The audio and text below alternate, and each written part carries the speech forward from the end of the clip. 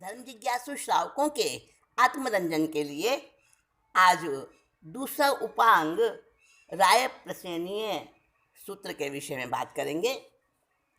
इसका नाम राय पसेणय्य और राय पसेनीय और राय प्रश्नीय, इस प्रकार से इसके नाम मिलते हैं। प्राचीन आगमों में इसकी गणना है। नंदी सूत्र में इसे राय पसेनीय कहा गया है और मलयगिरी आचार्य ने इस पर टीका भी लिखी है।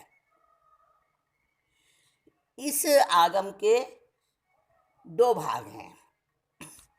राय पसेनीय जो नाम है, इससे हमें लगता है कि राजा के प्रश्न, राज प्रश्नीय, हिंदी में ऐसा नाम आता है इसका, राज प्रश्नीय। अब राजा के प्रश्न ये नाम आता है। ये बनता है मतलब अनुमान से कि राजा के प्रश्न हैं इसमें, तो ऐसा ही है। इसमें जो है ना, राय प्रश्नीय नामक इस उपांग के अंदर सूर्याभ देव का वर्णन है। सूर्याभ देव कहते हैं कि राजा प्रदेशी था कोई। अब देखिए, प्रदेशी में प्रदेशी का जो नाम है वो राय पसेनीय में नहीं आता वो नाम, तो प्रसेनजित जैसा इसमें नाम आता है। पसेनीय है ना। तो स्वीकार किया है मलयगिरी ने, इसको कहा है कि भाई ये जो है ना, इसके अंदर एक पुराने विचारक ने स्वीकार की है ये बात, विटरनिस नाम है उनका। उन्होंने इस बात को माना है कि जो ये मूल आगम था ना पहले, जो उसका पूर्व स्वरूप था, तो उसमें राजा प्रसेनजित की कथा थी और बाद में धीरे धीरे इसमें चेंज आया और राजा प्रसेनजित के स्थान पर प्रसेन की जगह पयेस लगा दिया।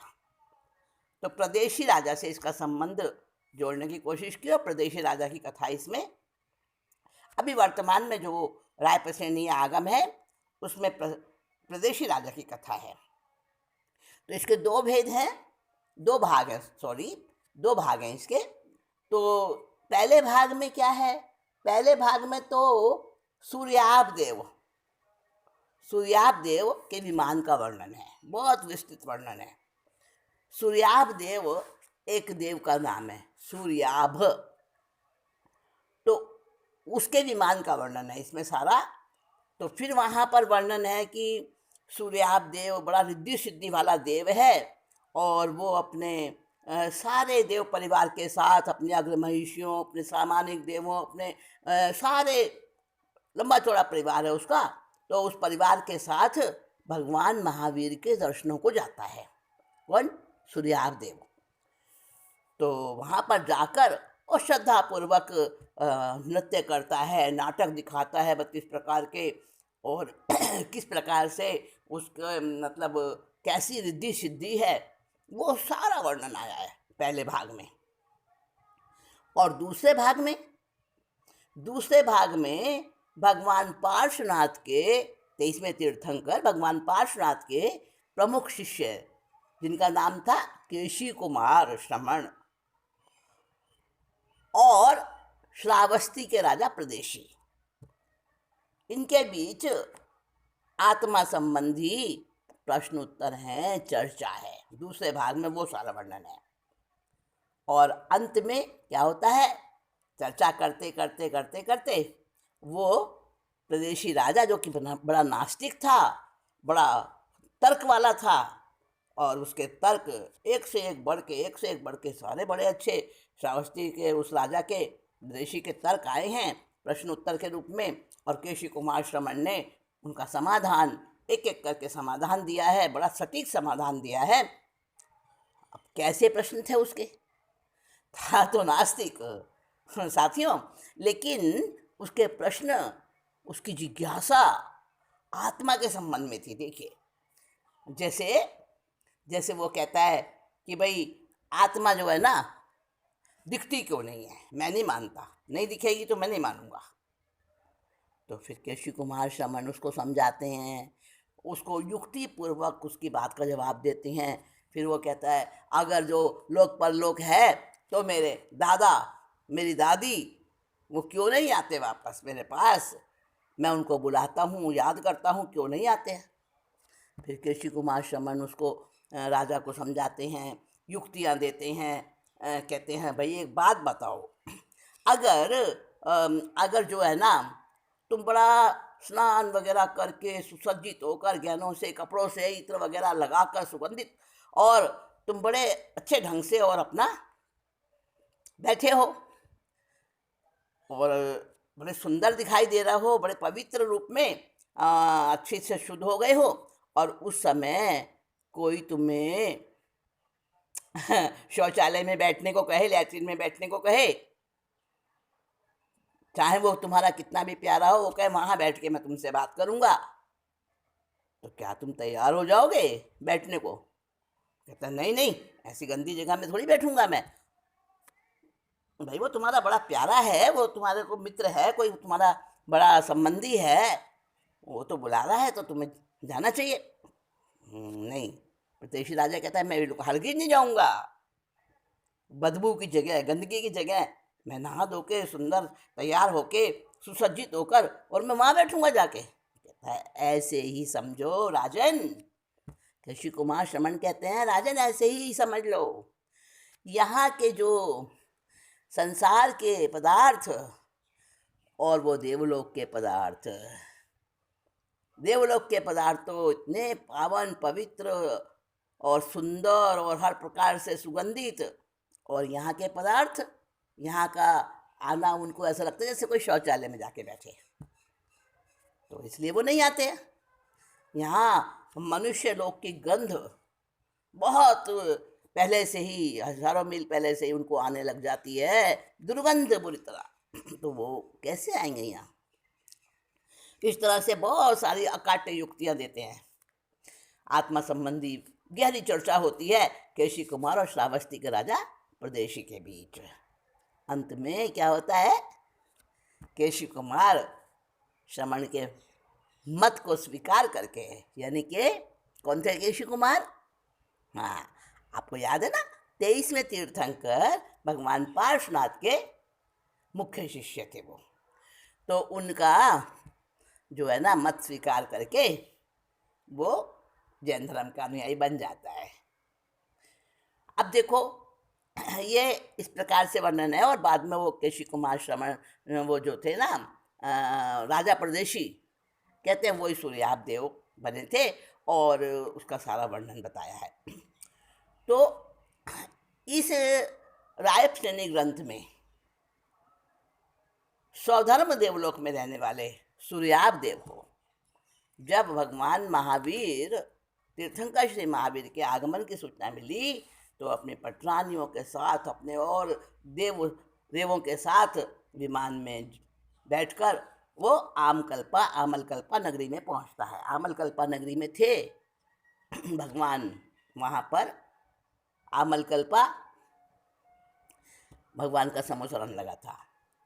तो सूर्याभ देव ने, ये सूर्याभ देव जब पहुंचा था, वो आमलकल्पा में पहुंचा था, तो प्रश्न किए और उत्तर मिला भगवान महावीर से, और वहाँ 32 प्रकार के नाटक दिखाए। विमान की रचना, कैसी रचना की है वहाँ विमान की, कैसी वेदिका है, सोपान है, प्रतिष्ठान है, स्तंभ है, इंद्रकील है, उत्तरंग है, इलुका, सूचिका, संधि, समुद्गत आदि, प्रेक्षागृह, वाद्य, नाटक, अभिनय, बहुत प्रकार के वर्णन है वहाँ पर। कितने प्रकार के नाटक? 32 प्रकार के नाटक। और अभिनय कितने प्रकार के, स्थापत्य कला, संगीत कला, नाट्य कला, सबका वर्णन है इस ग्रंथ में, और बड़ा बड़ा महत्वपूर्ण वर्णन है।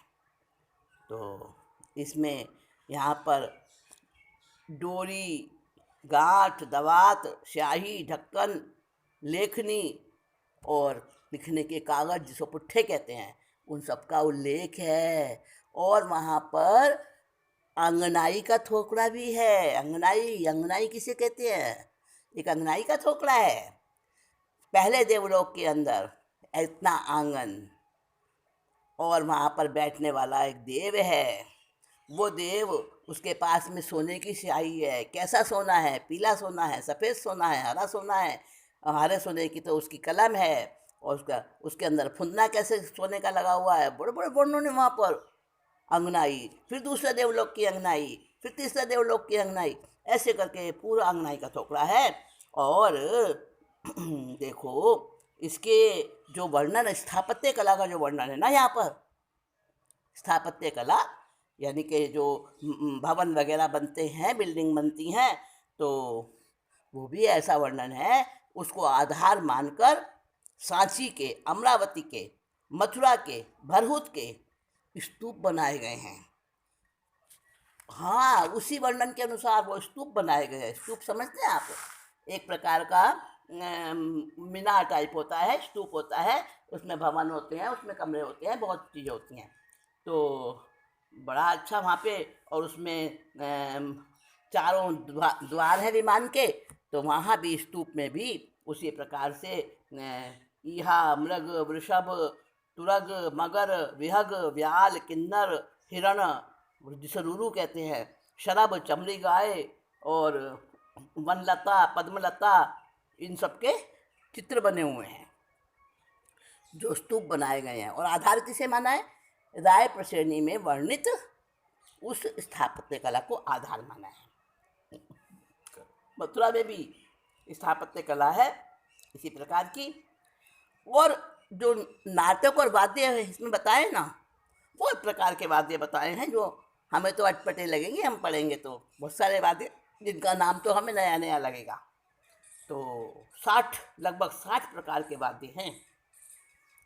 फिर उनकी रागनियाँ बताई हैं, नाट्य विधियाँ बताई हैं, नाटक करने की विधियाँ, और कुछ बताया है। तो अब ऐसे प्रश्न, कैसे प्रश्न? राजा जो परदेशी था, मैंने आपको पहले ही बताया कि राजा परदेशी जो था ना, वो आत्मा को नहीं मानता था। वो कहता था मेरे को अच्छे से समझ आएगा तब मानूंगा मैं, और फिर मान भी लिया उसने। तो जब वो नहीं मानता था ना राजा, उस समय उसका एक प्रधान था, चित्त उसका नाम था, चित्त प्रधान। वो चित्त बड़ा कुशल था, साम दाम दंड भेद में, अपने कार्य में, है ना, बहुत अच्छे निपुणता से काम करता था। तो राजा परदेशी उसका बड़ा आदर करता था, बड़ा उसका सम्मान इज्जत करता था, उसकी बात भी मानता था। तो वो चित्त मन में सोचता था, वो जैन धर्म का अनुयायी था, तो वो चित्त प्रधान मन में सोचता था, अगर मेरा ये राजा, इसमें सारे अच्छे गुण हैं, अच्छा प्रजा का पालक है, वत्सल है, और सब कुछ अच्छाइयाँ हैं इसमें, लेकिन अगर जैन धर्म को ये मानने लगे, अगर इसकी समझ में सच्चा जो है ना धार्मिक स्वरूप आ जाए तो कितना अच्छा हो। तो इस भाव से वो बार बार कोशिश करता, लेकिन राजा राजा कहता नहीं, मुझे तो जब अच्छे से पता चलेगा मेरे क्या, क्यों, किस तरह का उत्तर मिलेगा, तभी मैं मानूंगा। तो ऐसे करते करते एक बार की बात है, चित्त सारथी जो है ना, वो श्रावस्ती के राजा जिस शत्रु के पास गया किसी राजपाट के काम से, राजा ने भेजा उसको, प्रदेशी ने, भाई मुख्य प्रधान था वो, तो भेजा उसे जिस शत्रु राजा के पास, श्रावस्ती राजा के पास। तो वहाँ पर केशी कुमार शमन मिले। किसको? चित्त सारथी को, चित्त प्रधान को। तो केशी कुमार शमन मिले, और केशी कुमार शमन जब प्रवचन कर रहे थे, देशना दे रहे थे, तब वो सुनी उसने, चित्त चित्त प्रधान ने सुनी, और उसको लगा कि मेरा जो, मेरे अंदर में जो जिज्ञासा है, मेरे अंदर की इच्छा है, वो पूरी हो सकती है अगर ये मुनिराज हमारे नगरी में आए तो उसने जो है ना, लौटते समय मुनिराज से विनती करी, केशी कुमार श्रवण से, कि आप श्वेतांबिका जरूर आए और हमारी नगरी में राजा को प्रतिबोध दें। तो उन्होंने स्वीकार कर लिया, ठीक है, कभी देखेंगे जैसा अवसर होगा। और केशी कुमार शमन विचरण करते करते श्रावस्ती से श्वेतांबिका नगरी पधारे। अवसर पाकर चित्त सारथी जो है ना, किसी बहाने से परदेशी राजा को वहीं ले गया उनके प्रवचन स्थल पर दर्शन के लिए। और फिर बहुत सारे प्रश्न उत्तर हुए उनके बीच। देखो एक उदाहरण देती हूँ। उन्होंने पूछा, राजा परदेशी ने पूछा कि भाई आत्मा जो है ना निकलती है जब शरीर से तो पता क्यों नहीं चलता, आवाज़ क्यों नहीं आती? तो उन्होंने कहा देखो, एक उदाहरण दिया कृष्ण कुमार श्रमण ने। क्या उदाहरण दिया? मान लो कोई एक भवन है और उसके अंदर जगह जगह पर गुप्त द्वार बने हैं, उसको कहते हैं कूटागारशाला।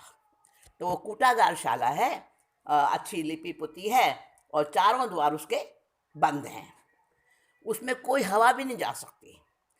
अब अगर कूटागारशाला में बैठा हुआ कोई पुरुष है, वो कोई भेरी बजाता है, भेरी एक यंत्र बजाने का वाद्य होता है, तो भेरी बजाए और खूब अच्छी तरह उसे सब दरवाज़ों को खिड़कियों को सबको बंद कर दे और जोर जोर से भेरी बजाए, तो क्या वो शब्द बाहर सुनाई देगा? किसे पूछा?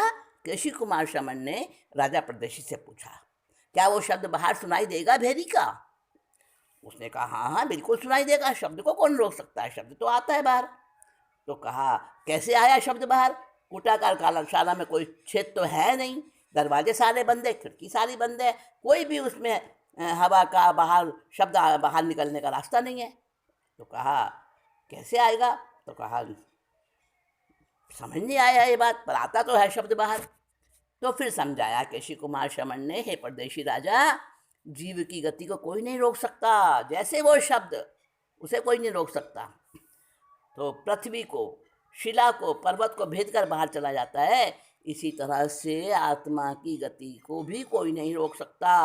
आत्मा चाहे पृथ्वी काय में हो, चाहे पत्थर में हो, पर्वत में हो, उसको भी भेद के वो निकल जाती है। इसलिए तुम्हें इस बात पर विश्वास करना चाहिए कि आत्मा अलग है, शरीर अलग है। आत्मा और शरीर कभी भी एक नहीं हो सकते। तो आत्मा को सर्वव्यापी नहीं माना, अपनी देह जितनी है, शरीर जितना मिला है उसमें ही समाती है आत्मा। चींटी का शरीर है, उसमें भी असंख्य प्रदेश वाली आत्मा है, आत्म प्रदेश असंख्य हैं। हाथी के शरीर में भी असंख्य आत्म प्रदेश उतने ही हैं। सबकी आत्मा में, एक छोटे से निगोत जीव की आत्मा में भी असंख्य यानी एक समान आत्म प्रदेश हैं। तो अपने अपने शरीर के लंबाई चौड़ाई के अनुसार उतने आत्म प्रदेश उसी में ही समा जाते हैं जितना उसको शरीर मिलता है।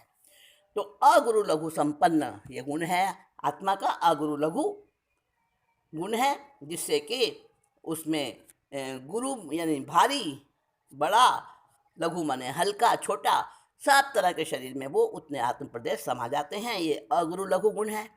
और जब मृत्यु के बाद दूसरे शरीर में आत्मा प्रवेश करती है तो उसके अंदर अगुरु लघु गुण वैसा का वैसा रहता है। छोटा बड़ा स्वरूप जैसा हो उसमें आत्मा समा जाती है। और देखो और बहुत सारे पढ़ने लायक है, बहुत मज़ा आता है पढ़ने में, उसको बड़ा आनंद आता है। ऐसे ऐसे जवाब, ऐसे तो प्रश्न कहाँ कहाँ से ढूंढ के लाता है राजा परदेशी प्रश्न, और कृषि कुमार श्रमण उसका अकाट्य युक्तियों से उत्तर देते, उसको संतुष्ट करते हैं। इसके अलावा राय प्रश्नीय सूत्र में कंबोज देश के घोड़ों का वर्णन है, क्षत्रिय क्या होते हैं, कैसे होते हैं, गृहपति उनके सारे बताए, ब्राह्मण, ऋषि नाम की 4 परिषद, ये परिषद बताई हैं 4, क्षत्रिय परिषद, गृहपति परिषद, ब्राह्मण परिषद और ऋषि परिषद, कला, शिल्प, धर्म और आचार्य। ये आचार्यों का वर्णन क्या है, मतलब आचार्य कितने प्रकार के बताए हैं। आचार्य के 3 भेद बताए हैं यहाँ पे, कला आचार्य, शिल्पाचार्य और धर्माचार्य। फिर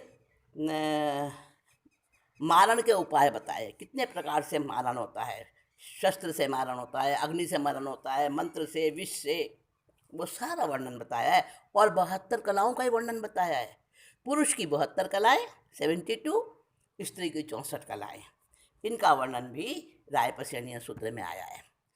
तो बड़ा नया नया सा ज्ञान मिलेगा अगर इसको पढ़ा जाएगा। इसके बारे में मैंने थोड़ा सा संक्षिप्त परिचय दिया है, तो आप ज़रूर पढ़ने की कोशिश करें। जहाँ भी ये आपको रायप्रशरणीय सूत्र मिले आप इसको पढ़ें। और आत्मा के बारे में लोग कहते हैं ना, दिखती नहीं है कैसे मान लें, आत्मा का कोई अस्तित्व नहीं है, तो पता चलेगा कि ऐसा नहीं है। देखो हवा नहीं दिखती ना हमें, पर हवा होती है ना।